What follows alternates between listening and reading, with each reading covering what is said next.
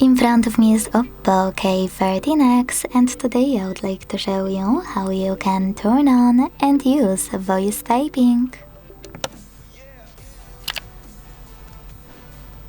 Begin by launching your keyboard. Now if microphone icon is not visible at the top right corner of it, select this gear one instead.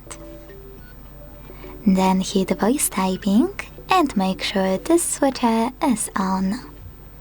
Go back to your keyboard and tap on no visible microphone. Then start typing. As you can see, voice typing is on. If you want to stop, you can pause or click on the same microphone. You can also tap on your microphone and click on tiny icon right next to it. Then use voice typing from this toolbar. Use microphone the same way.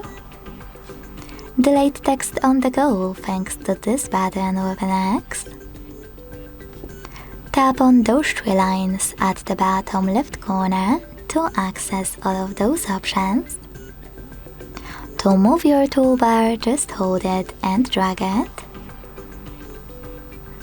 And last but not least, to go back to standard keyboard, hit keyboard icon also on the left.